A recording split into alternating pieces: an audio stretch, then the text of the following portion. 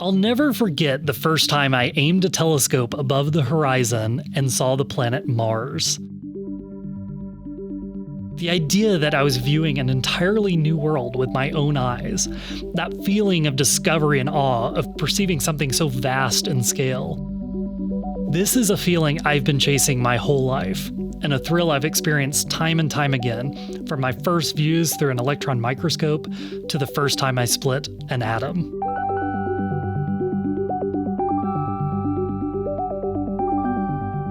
Exploration is not easy. It propels us outside our comfort zone into a wild and dangerous unknown. And yet in that unknown are answers to questions we didn't even know to ask. Whether it's a cure for a disease, a revolutionary mode of communication or transportation, or even a new species of life, the possibilities are limitless. Scientists are the modern-day explorers. Their sailing ships and compasses replaced with super colliders and deep genomic sequencing. Through our restless curiosity, we will develop the tools to confront some of the biggest challenges of our time.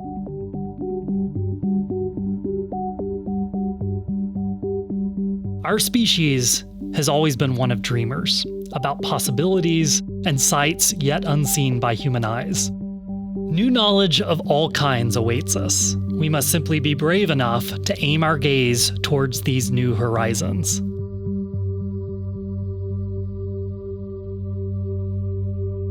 This week on Giant Leap, we're talking about the future of scientific exploration. Giant Leap with Taylor Wilson.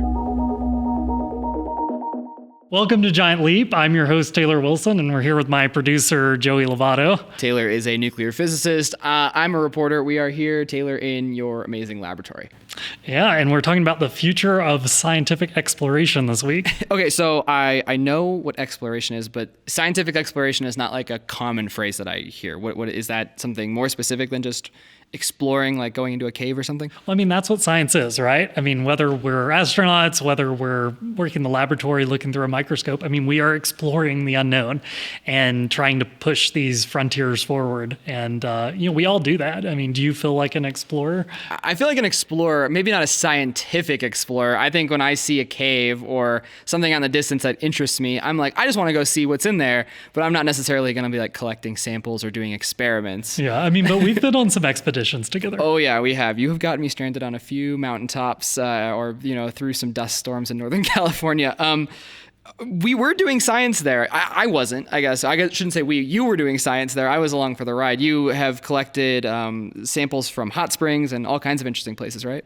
Oh, absolutely. And you've done that with me, right? Yeah. We've gone out to explore volcanic vents and hydrothermal systems. We've collected samples. I have isolated novel organisms from those systems. And here in the lab, we sequence their genomes. We study the phenotypes and the chemistry of those organisms. And that's really where the best science happens. It's, going out in the field, collecting samples, collecting data, and then coming back to the lab to study those samples in more detail. That's to me, the coolest part of science. The cutting edge. That's the horizon that we're moving towards. Exactly. You say we, that's very generous of you. I'm kind of along for the ride. But you have taken some people out exploring that are more scientists than me, right? So one of the cool places I got to go exploring was Yellowstone in the heart of winter. And I went with the former chief scientist of NASA, Ellen Stofan. She's now the Undersecretary of Science for the Smithsonian Institution, one of the great institutions of American exploration. And we sat down to chat with her. So let's get into it.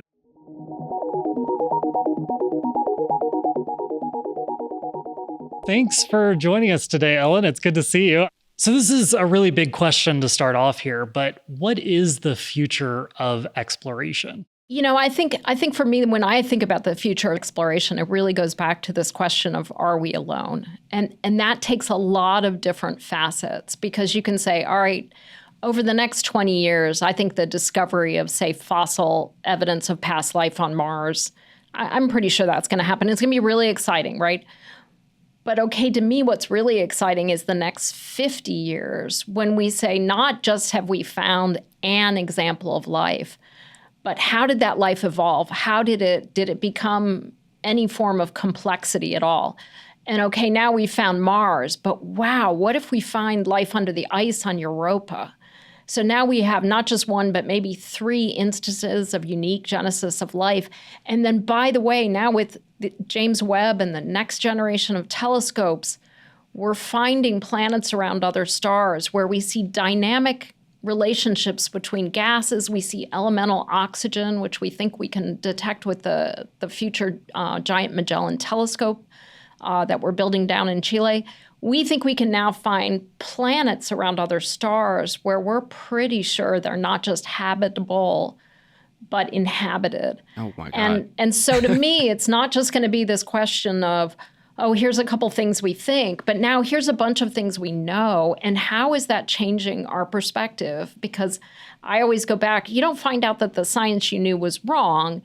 It's the famous, I've been looking at the leg of the elephant and no, oh my God, I got to the trunk. This is nothing like the animal I thought it was. It's not that the leg isn't real, and I do get stressed a little bit when people are like, you're going to find out all the science you knew was wrong.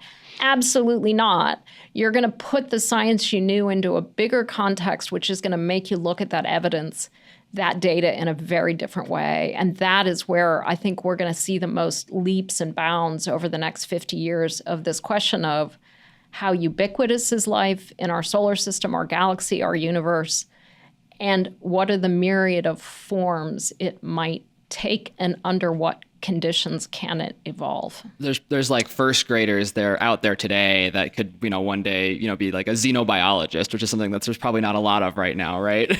Exactly. That's really exactly. cool. Which I think is incredible. It's this whole thing, 100 years ago, a lot of the jobs people have now, no one could imagine. And absolutely. Yeah. To me, this whole issue of exploration, and I can tell you, there's so many ways we could go down into the weeds, but this issue of are we going to know alien life when we see it? Because it could be so different from life here on Earth that we actually have trouble recognizing it. And there's now a whole bunch of people in astrobiology who think about this all day long. Like, how are we going to find that life that is so different? Like, what are we going to measure? Let's go down that road a little bit, because I know that you love Titan, and Titan is a fascinating moon of Saturn that is filled with hydrocarbons, potentially large oceans and lakes of hydrocarbons. So what is, to you, the most interesting things about Titan? And I know that you're involved in the upcoming Dragonfly mission, which is a quadcopter that is nuclear powered that'll fly around the planet or the moon. So octocopter. We went from a quadcopter to an octocopter. Oh, it has advanced. It so evolved. Talk a little bit about that. That is such a cool mission concept. So a lot of the times when you'll hear astrobiologists talking, they'll talk about life as we know it. So they've even turned that into a ridiculous acronym, right? So life as we know it. So that would be like life here on Earth, right? It's got DNA, it's got RNA, it evolved in a water environment, it's silica-based. So that is life as we know it. So when you go to a place like Titan, where the working fluid isn't water, it's liquid methane, liquid ethane, there is subsurface water, you start to think about what would life as we don't know it, what would that look like? Titan is very cold, so chemical reactions that might lead you towards life are going to proceed very, very slowly. So what are we looking for when we look for life, whether it's Dragonfly or future missions to Titan? How do you know that you're finding life when you're in such a different chemical system? And so obviously we're taking an instrument along that's going to measure the chemistry. And what you start looking for are really complex carbon molecules, because we know that molecules associated with life here on Earth are very big and complex. So that's the first thing you start looking for, is like, how big and chunky is this molecule, this organic molecule? And then you start looking for, is there too much of something and too little of something? So are things out of equilibrium? Because life as we know it tends to eat something and it tends to give something off. So you start looking for disequilibria. And those are the kind of questions that you start asking when you go to a place where you're worried this might be life as we don't know it. Yeah, it's a very interesting way to think about the conditions that might lead to life and then the conditions that life creates as far as those signatures. I wonder a lot about Titan, what its evolutionary history was as a body. You think of these hydrocarbons, they're constantly being broken down by photolysis. So, how do we still have these large amounts of hydrocarbons in a system like that? It's fascinating to me.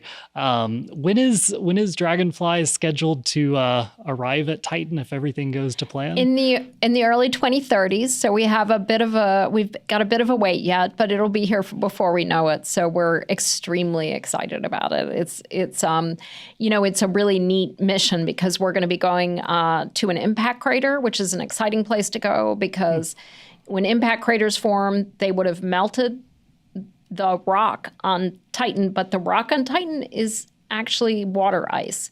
So you would have had water, you would have had a lot of energy, you would have had all these organics all mixed together at an impact crater. And so it's a particularly interesting place to go look for what we call prebiotic chemistry. So are there complex molecules that seem like they're leading towards life?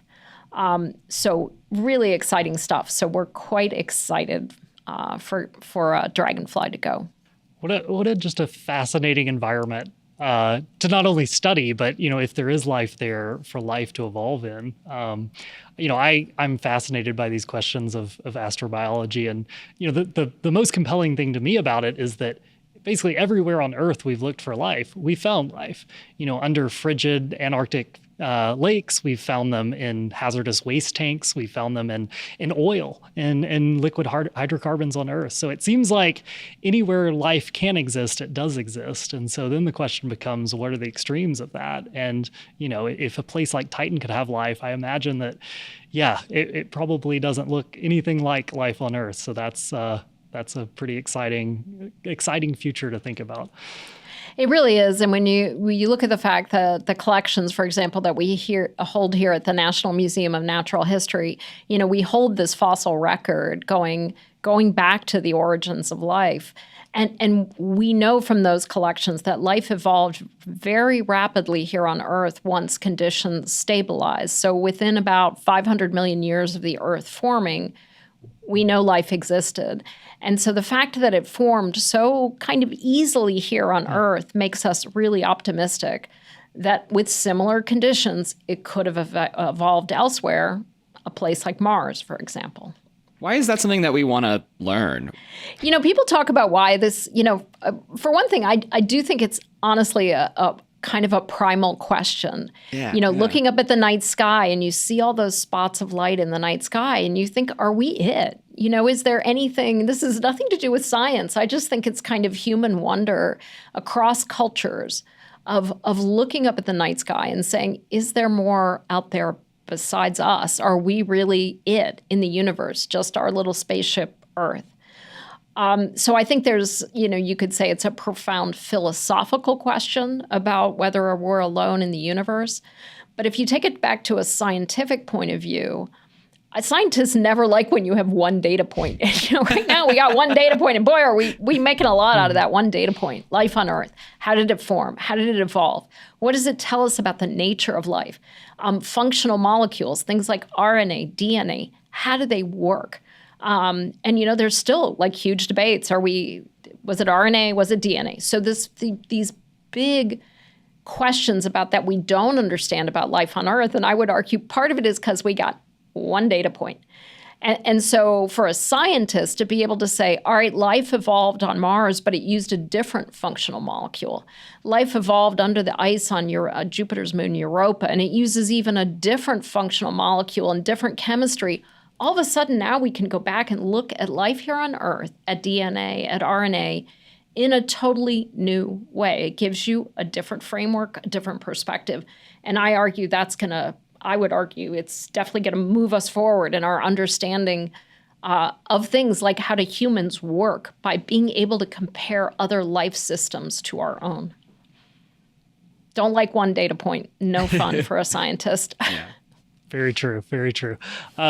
You raised an interesting point, which was that, in the Natural History Museum, you have this incredible library of geological samples of minerals and fossils.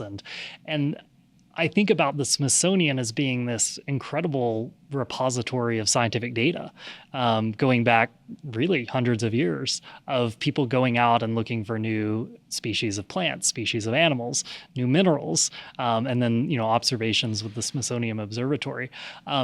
Could you talk a little bit about what I think people go into a museum, they're like, oh, this is an interesting rock or this is an interesting spacecraft, but there's real science you can do with the collections of the Smithsonian, right? It's absolutely incredible. And it was something I don't think I fully appreciated till I came into this job, that we have the largest natural history collection in the world. We have over 145 million specimens. Wow. That is scientific infrastructure, even more so than I would argue a telescope, a spacecraft. Yeah, because absolutely. That collection holds the story of life on this planet, on the history, the origin of this planet, its geologic history. So everything that we know about Earth comes out of these collections. So if you want to start asking questions of, if we're forward modeling with climate models to understand what's going to happen in 2100, can we backward model to 10 million years ago when we have some plant and animal constraints that can tell us what the climate was like at that point in different areas of the planet? So in other words, they can actually help constrain running climate models backward to make us feel more comfortable that they're accurate when we run them forward. So that's just one small example. We hold the genetic information of plants, animals, because we have so many specimens here that we are now, one at a time, extracting DNA barcodes for, so that we can actually have the history of life and then the tied genetic information. You tie that genetic information to morphologic information. So in other words, let's get every shell in the Smithsonian collection. Look at how its shape and thickness has changed over time, along with the genetics. And now that we have something like AI, you plug AI into that, and the questions we're going to be able to answer about tying those organisms back to climatic conditions, tying them back to questions about evolution and how evolution actually proceeded. I mean, we don't even know what questions to ask at this point because the information that we hold. So these collections are important because now that we have tools like genomics that we didn't have in 1875 when we started the Smithsonian. Nobody dreamed of genomics. No one dreamed of machine learning and artificial intelligence. But now we're applying those new technological tools to these collections, and what they're going to tell us, I think, is going to rewrite textbooks. Absolutely. Yeah. It's a good point you make, because I think people talk all the time about machine learning, and the biggest limitation about it is just having data to train the models, to feed into the algorithms. The Smithsonian has, how do you even prioritize a collection like that with millions of items? Where do you start? And also, it's tough. And that's also an interesting question, is how is that research done? Is most of it Smithsonian driven? Is it mostly outside researchers that come to the Smithsonian with a question, or a mix of both? It's a mix of both, which is really exciting. I mean, for example, you say, how do you prioritize? Because if you just, you don't want to do it alphabetically, right? Yeah. So for example, one of the things we've started on right now is the pollinators, of looking at all the pollinators in our collection, right? Because as we have increasingly found out, the threats that bees have been under recently, wow, there's so much about pollinators we don't totally understand. And we have every type of pollinator in the world in our collections. Yeah. So here's an important process for food around the world. Here's an important process for plants, for animals, like everything comes in. So let's do pollinators. So that's one of the projects that we're working on that I'm really excited to see what's going to come out of it. I was going to say, it's really cool to see like all these different, the Smithsonian, it bringing together, life on Earth and biology. And then also, you're talking about planetary geology and you're bringing together all of these these disciplines of science that, like you said, like probably weren't even really jobs, 20, 40 years ago. Yeah. Is this something that you think like needs to happen? Is like we have to marry all of these different scientific disciplines in order to kind of move beyond Earth and get out and, look at Titan, like you were saying. And I know you've studied Venus before and stuff like that. Like, how are we using all of those together to do that?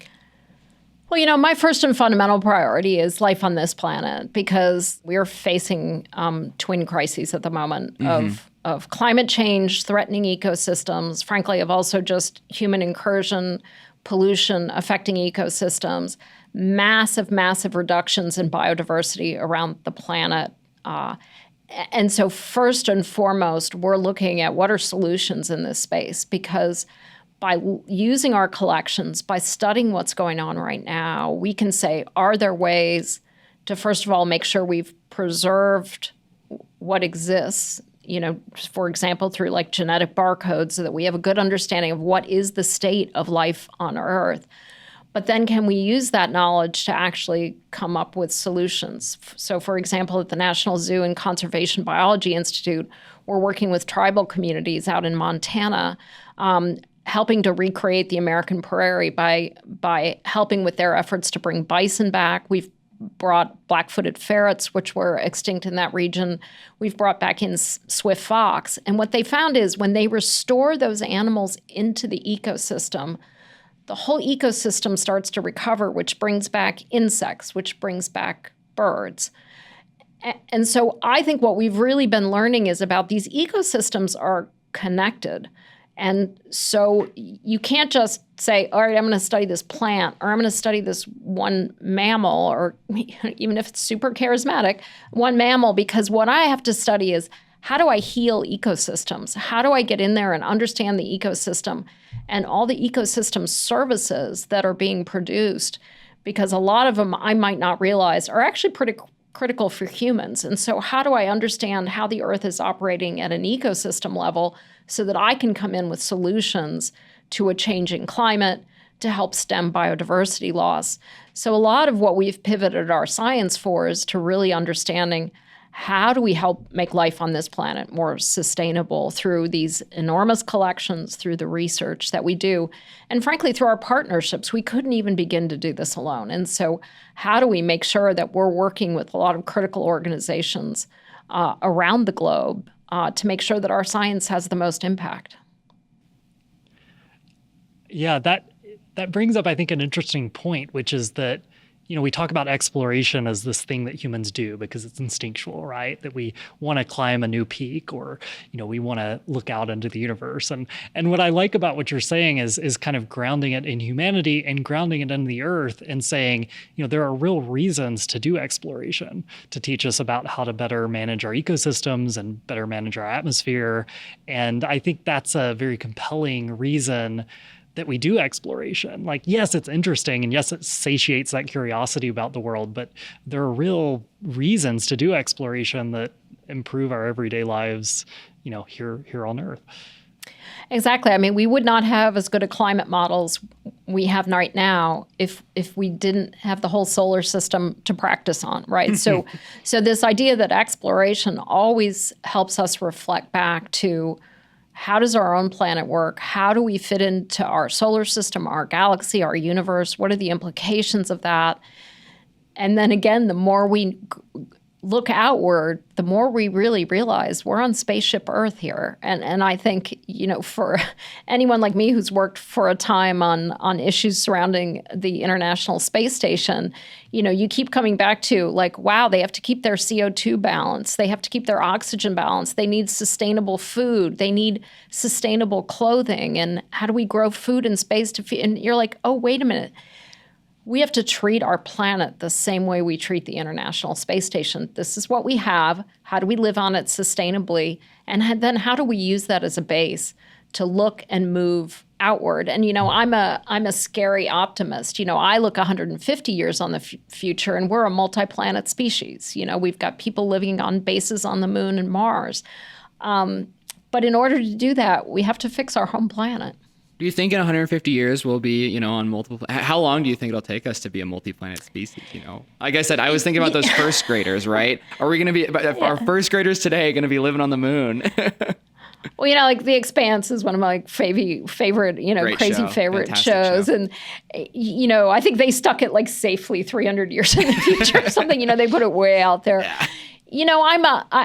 We'll be out there as soon as we're ready and committed, because I get asked all the time. I used to say 15 years ago we'd have humans in Mars on 20 years, and I've gotten a little more pessimistic about it. When Kennedy said, and this is one of the things I loved about being at the Air and Space Museum, is I was there during the 50th anniversary of Apollo, and really going back through those stories was so much fun, and understanding the depth and breadth of what Kennedy, when he committed us to get to the moon within a decade. We didn't know how to build spacesuits. We didn't know how to land on another planet. We didn't know how to navigate to the moon and back. And so when people ask me, well, how long will it take to be a multi-planet species? It'll take when we're willing to commit to it. That's how long it'll take. And we'll get there really slowly if we spend this much on it. If we spend this much on it, we'll get there more quickly. And so it's kind of it's a will question more than a technology question, in my opinion, because, again, the technologies we had to overcome to land Apollo on the moon we're well on our way now. Is there that public will that there was, back when in the cold, like during the Cold War, right? Well, obviously that was what drove it, right? When, everybody knows that's what drove the United States to decide to go, because we were in a race with Russia or the Soviet Union, and that was why we decided to do it. So a friend of mine has talked about, you have 3 reasons for exploration: knowledge, which is what we've been talking about here today, which is obviously what drives me, right? I want to go, why? I'm still that 4-year-old out like going, why, in the backyard. And then I think so knowledge is one. Another one is greed. And like, let's put greed in a nice way, like a profit. And so you see people talking about this, right? Are we going to have space tourism? Are we going to mine the asteroid belt? Are we going to mine the moon? So there is an economic reason to explore.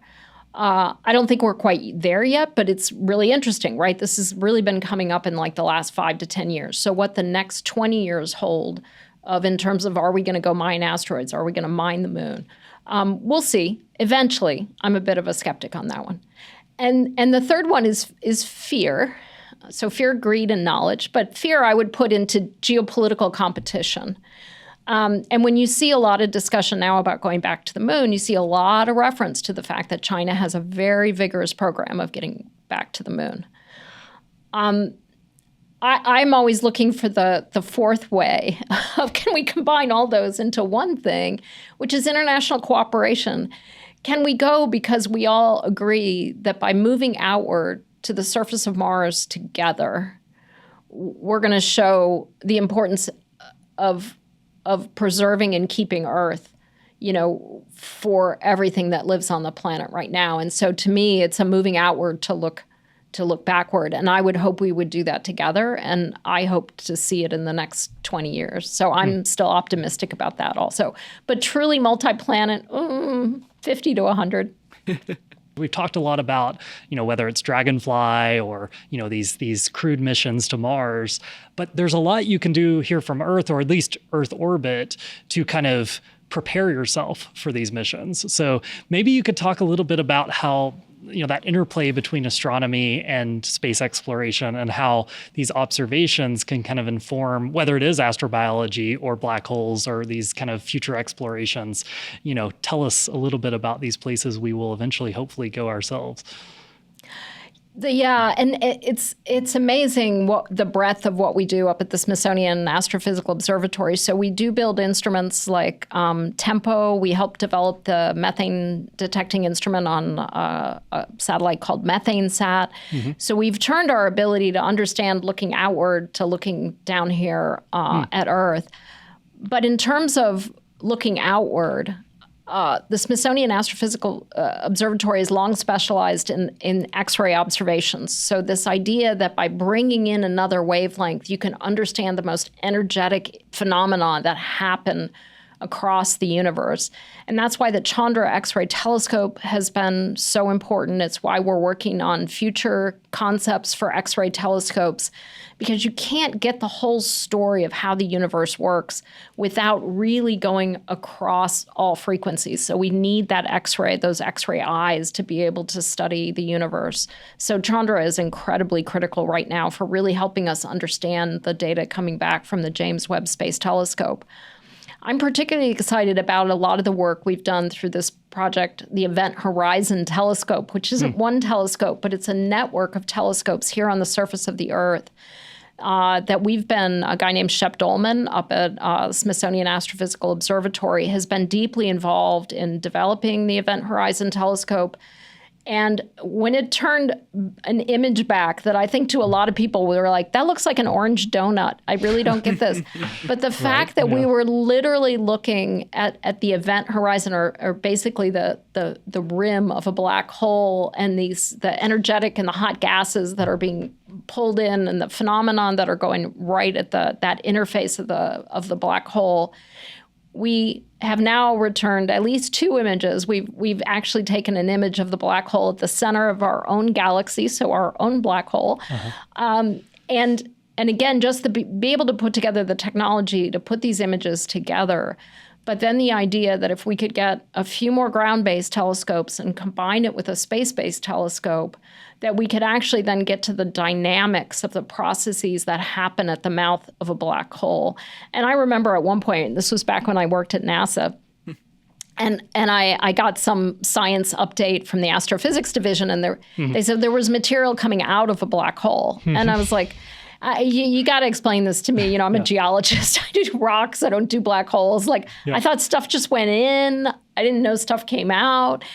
And sitting down and understanding that what is happening at the mouth of a black hole, the fact that black holes come in multiple sizes. There are very small black holes. There are gigantic black holes. And so the dynamics, the physics of what's happening at that event horizon with the material, yes, going in, but also material being ejected because basically it's trying to suck in too much material. What is going on at a black hole? We need to understand that because, again, there's one at the center of our galaxy, and we need to understand how that works to really understand how our galaxy works. And then, you know, as someone who worries about life in our galaxy, the fact that the Earth, not uncoincidentally, is actually at a pretty benign position. We're not too close to that black hole. Because if we were too close to that black hole, we'd be getting radiated by tons of energy, and life probably wouldn't be able to evolve if our planet sat right in. So when we get to this question of understanding how ubiquitous is life in any galaxy in our universe, understanding what is going on at a black hole. Black holes sit at the center of every galaxy we've been able to identify. So understanding those processes, how they interact with the galaxies, is actually going to help you understand, where do I start looking for life in that galaxy? How far away from the black hole do I have to be? So really cool stuff around that. And then finally up there, we're working on something called the Giant Magellan Telescope, which is a ground-based telescope. It's going to be one of the largest telescopes in the world when it's built down in Chile. And it's going to have an instrument on it that we're building up at the Smithsonian Astrophysical Observatory that's going to be able to detect elemental oxygen in the atmospheres of planets around other stars. And that's important because here on Earth, elemental oxygen, so just detecting O, is associated with life. And so we're really excited that telescope would come online in the late 2020s, and we would start pointing that telescope, studying the atmospheres around other planets, of atmospheres that have been identified as likely by the James Webb Space Telescope. So stay tuned for the giant ground-based telescope that's going to help us look for possibly habitable or inhabited planets around other stars.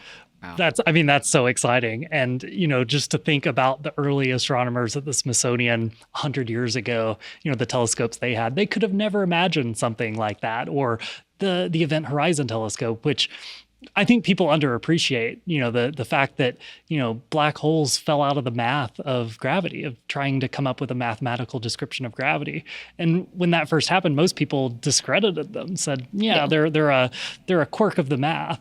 And to go from nice that, math, but nice math, but go away. and to go from that to now, they're common. They're at the center of pretty much every galaxy in the universe. Is an incredible thing. And now to have tools like the Event Horizon Telescope, which is, spread out over the aperture as the entire Earth. And that is an incredible piece of technology that the Smithsonian has had a big part to play in. To take us back to kind of the goals of the Smithsonian and the mission of the Smithsonian being really, I think, an organization about exploration, right? Across the different institutions, the different museums. I mean, you really have been on the forefront of exploring our natural world and the living world. And I just wondered if you could talk a little bit about how exploration at the Smithsonian has changed. Because I know back in the early days, the way that we did exploration maybe wasn't always understanding of the places that we would go and do the exploration, meaning we would drop into a community, collect some samples and leave, and not really understand the cultural context of the places we go. So I don't know, maybe you could speak a little bit about how the Smithsonian's approach to exploration has changed and how exploration in the 21st century looks different than exploration, of the past. Sure. When James Smithson left his estate to the United States for the purpose of founding an institution for the increase and diffusion of knowledge, and it took Congress about a decade of arguing, what were they going to do with this bequest? Like, who was this British guy? Why did he leave his money? And an institution for the increase and diffusion of knowledge, really? But to me, it really embodies such an incredible leap of faith by the United States government to say, you know what, that guy was right. And let's literally put at the very heart, let's wrap our federal government around an institution for the increase and diffusion of knowledge. So this commitment to knowledge, but not just knowledge for knowledge's sake, but knowledge to be diffused, to go outward with that knowledge to educate people, to inspire people. And so the fact that the Smithsonian exists, I think, is an incredible testament, not just to James Smithson, thank you for that, sure, yeah, but actually for the U.S. to commit to that kind of an institution as being so important.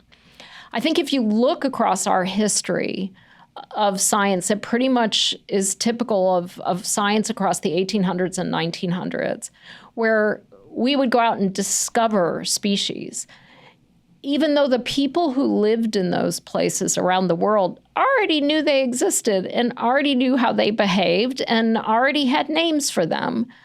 And yet this very colonial approach to science that certainly the Smithsonian is, as much as every other institution around the world, that was how they did science. And I think reckoning with that past and understanding that you are, first of all, missing out on a whole lot of information if you don't actually talk to people and understand that their traditional ecological knowledge is critical for us understanding ecosystems and how they work. It's not science. It's really important knowledge that and if we want to go out and save ecosystems, what we have to understand is who's living in that ecosystem. How do they already interact with that ecosystem? Sure, and what absolutely. do they need? What do they want? Not what we want to tell them, not what we Right. want to give them. Mm-hmm. It's how can we help and what is it they need? And so what we found over the last several decades is if you're going to go out and work in countries around the world, the first step has to be deep listening and saying, we're here to work with you. We're not here to work at you. We co-develop solutions. We work together. We respect your knowledge, and we want to partner with you. So when we're working with tribes out in Montana on restoring buffalo, they're the co-PI on the grants with us when we're out. It's not us, it's them. And our idea is ultimately we'll leave and they'll continue that work. if we're in Kenya working on how do we find out ways to get wildlife and humans to interactions to be better and livestock interactions, we've got to sit down with the Maasai people and talk to them about what their concerns are. What does success look like to them, and how do we work together to find a solution? And I will tell you, it's the right thing to do. It's the respectful thing to do, but also conservation solutions aren't going to work unless the people who live in that place want them, appreciate them, need them, and help develop them. And so we found this isn't just the right thing to do, it's the only thing to do. And it is a totally different way of doing science that was done 100 years ago, but it's really the only way forward. Helicopter science is hopefully a thing of the past. And it's come to the point where at the Smithsonian, we've been going through a long process over the last maybe 3 or 4 years of looking at our collections and saying, what are things we hold in our collections that we should not hold, and that were gained in a way that is no longer ethical by current standards and probably shouldn't have been ethical at the time, and how do we work to return those to the people who are the rightful owners? Well, that's a really beautiful vision of the future of exploration and how the Smithsonian will do it in the next 100 or 200 or hopefully more years. That's really exciting. What excites you the most about the future of exploration as a planetary geologist, as a former chief scientist of NASA, and now undersecretary of science at the Smithsonian?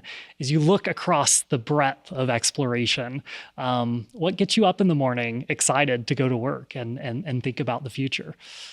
What gets me up in the morning is really thinking about the fact that the science we do every day at the Smithsonian is making a huge difference in the world. So whether it's the Chandra X-ray telescope helping us rewrite astronomy textbooks about our understanding of how the universe works, yet another cool image of a black hole, or hopefully someday soon a movie of a black hole, whether it's our scientists at the Air and Space Museum who are looking at the icy satellites of the outer solar system and thinking about these fundamental questions about how do we go search for life beyond Earth, or whether it's down working with our scientists in Panama who are trying to understand, like, how do we take 100 years of observing a tropical rainforest and say, how do we help these critically endangered lungs of the world in the tropics, the tropical forests? How do we help, how to best preserve them, understand them in a changing climate going forward? Our scientists every day are helping change the world for the better. They're helping find solutions to the threat of climate change and biodiversity loss. And so while I, at times, can become pessimistic, if I go out and spend a half hour with our scientists in the field or up at the Smithsonian Astrophysical Observatory, I come away just zooming with optimism.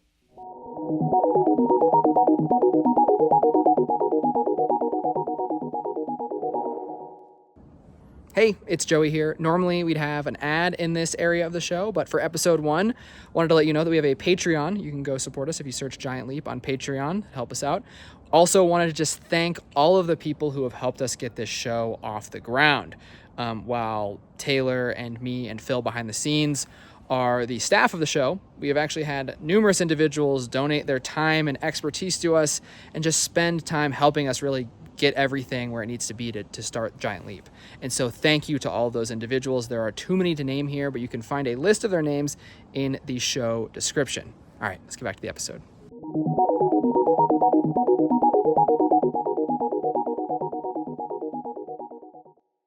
Yeah, Joey, I think that's what Giant Leap is all about. This idea that, like, through a little bit of knowledge, through a little bit of learning of science, we can create a better future. And I think that's really cool. Yeah, I mean, so what's on the horizon for us, scientifically?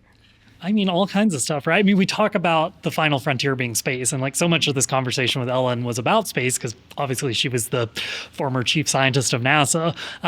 But it's not just space. There's still a lot to learn about our planet.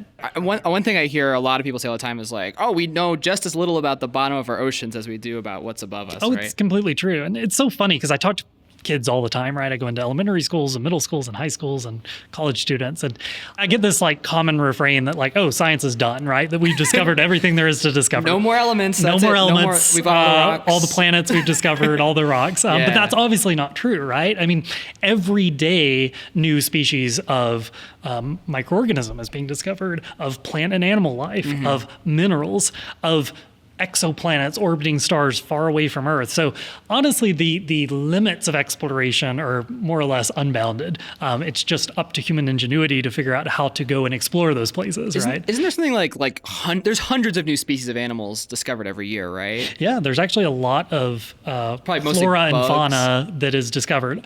Very few of those species of fauna are large megafauna, but we're not discovering like some sort of like cat-dog hybrid, but it's more like, a new beetle. I mean, some people would say that we haven't discovered all of the big species, that there's a Yeti or something out there. But I would need to see a lot of evidence to that'll be a fun that's episode, true. the Yeti episode. Yeah, maybe. So Taylor, you gave me like kind of a list of like these kind of cutting edge frontiers of like what's on the horizon for scientific exploration. Some of those like dark matter, microbiology, new medicines, right? There's all kinds of stuff like that. Yeah. So in a lot of the work I do, I think of this term of dark matter as being applicable across the sciences. So when a physicist talks about dark matter, they're talking about the majority of the matter of the universe that is unaccounted for, that we don't know what makes it up, that we see through gravitational interactions, but otherwise it is dark. Right? We don't know what that matter is. But dark matter can apply to a lot of other things. We talk about microbial dark matter when we think about the majority of the microbial life, the viruses, the bacteria, the archaea, so you're using fungi. dark matter as more of like a general, the unknown. Yes. So dark matter in the brain, dark matter in the microbes that make up our soil. There are these hidden aspects of our world that even though we've been exploring for literally thousands of years as a species, we're just now developing the tools to really interrogate properly. So that's things like metagenomics, being able to sequence the organisms in a sample of soil or ocean water. And it's things like new telescopes that will show us farther into the universe, farther into the past, and discover new types of astronomical phenomenon that we can't even imagine today. Okay. One of those telescopes that you mentioned to me was in the Arctic. There's like one that's like in ice, right? Oh yeah, Ice Cube. Yeah, it's a neutrino telescope. We'll have to talk about that some more. But so there's these horizons. But I think one thing that we were talking about at the beginning a little bit is that you see a mountaintop and you go there. That's exploring, sure, especially if it's somewhere that's not explored before.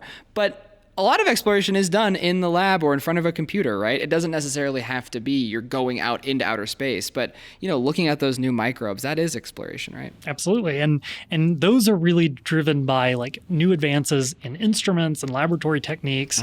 And it's always exciting to me when using new tools, using new instruments, you can kind of open up a field of discovery that was previously invisible. The fact that, you can look with your own eyes, not really see anything unique about that environment, but by having a new tool, a new instrument, a new technique, you can unlock this like whole world of information that's in many times hidden in plain sight. Cool. Well, one new horizon that Ellen mentioned in the interview that I wanted to dig a little bit deeper into here is Titan. Oh, yeah. Where Titan's a moon of Jupiter? A moon of Saturn, yeah. Saturn, okay, close enough. Yeah, and something I am fascinated by. This is one of those worlds of our solar system, and it's honestly like pretty big, like maybe half the size of Earth. But what's unique about it is it has this really dense atmosphere, but the atmosphere and the lakes and the oceans and the rivers, instead of being made up of water, they're made up of hydrocarbons. So there might actually be water. Hydrocarbon is oil, right? Basically, kind of. Anything that has carbon and hydrogen bonded together. So you think of hydrocarbons on Earth as being things like gasoline, oil, natural gas. All of these things are these bonds between hydrogen and carbon. And Titan, while it may have some water more internal to the system, the atmosphere is dominated by these hydrocarbons, things like methane and ethane. And that makes for incredibly interesting conditions that might, and I, be very careful with my language there. It might be the kind of what we call prebiotic conditions that would be ripe for life. The origins of life on Titan. Yes, but keep in mind that life not being based on water as a solvent, being based on hydrocarbons, would probably look incredibly different than life here on Earth. So it would be like if our blood was made of like gasoline instead of, I guess our blood's not water, but I guess something like that. Like we're 70% water. Yeah. These potentially could be 70% gasoline. Yeah, well, I mean, okay, so that's actually a good point, right? All right. So water is the universal solvent. It is the solvent of life here on Earth. Okay. So our biological systems, our blood, the biochemistry of our bodies relies on the solvent being water. So it could be that on a system like Titan, life could evolve to a different solvent. There's no reason it couldn't. It obviously would look much different than life on Earth, but it's just such a fascinating system between the energy available, between the sources of disequilibrium. Ellen talked a little bit about this, right? This idea that life probably arises around conditions of disequilibrium, meaning you've got something out of balance, right? You have chemical potential. Those, we think, from an astrobiology standpoint, are the kind of conditions that would kind of force life into existence. Okay. We've never seen that. That's the great key to astrobiology, is making the leap from prebiotic chemistry to life. Because on Earth, we have the entire evolutionary history of our species. We can go back to the earliest microbes that arose just literally a blink of an eye after the planet was created. But we don't know where those microbes came from. Right? We don't know. Okay. We can track that evolution through to sentience, to intelligent life. Okay. What we've never been able to do in the laboratory is make that leap from chemicals, from chemistry to life. And it's, my hope that astrobiology will start to answer those questions. Maybe that's one question of why are we exploring, is to understand how life started. And then, if we can figure that out, and when we do, then there's the even bigger question of, what's the purpose of us being here? The big question of the universe that maybe science can't explain. Yeah, and I think when people think of exploration, and we've talked about that today, of like, why do we do exploration? It's because it's very primal, it's very human, it's responsible for the success of our species, all of these things. Like, yes, it's innate in us. We have this curiosity about the way the world works, and I think we have this like intrinsic desire to explain things. I certainly do. But that's not the only reason to do exploration. And I thought Ellen was so eloquent in her description of that, why we do exploration. This idea that, people ask all the time, well, why are we exploring space when we have problems back here on Earth? And I completely understand that sentiment, right? Like, between climate, environmental degradation, issues around sustainability, there are real problems and challenges to solve here on Earth. Yeah. But what I always tell people, and what I am completely convinced of, is that some of the best tools for solving the problems back here on Earth are tools that we get through exploration, right? New technologies, new materials, new visions and understanding of our planet. I mean, Ellen talked about it, but the best way we can understand the Earth, really, is by observing it from space. Changes that happen on a planetary scale sometimes are only observable from space. So these tools of exploration, while they are fascinating from a curiosity standpoint, and it's very easy to stand in the, tower of, the ivory tower of academia and say, oh, we solved this complex question about physics or chemistry or biology. Yeah.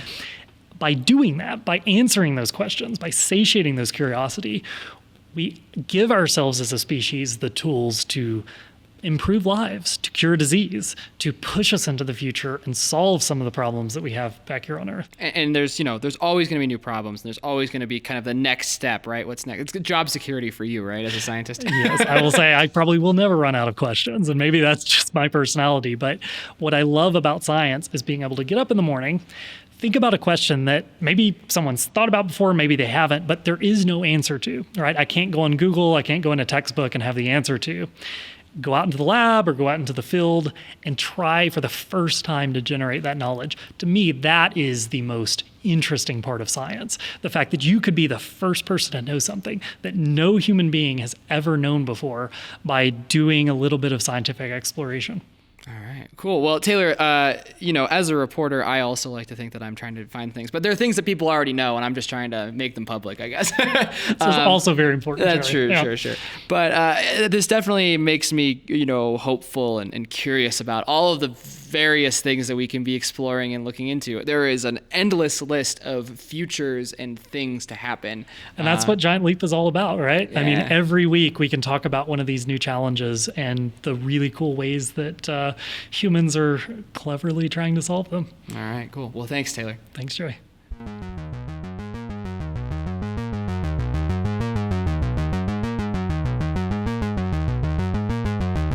That's one small step for man, one giant leap for mankind.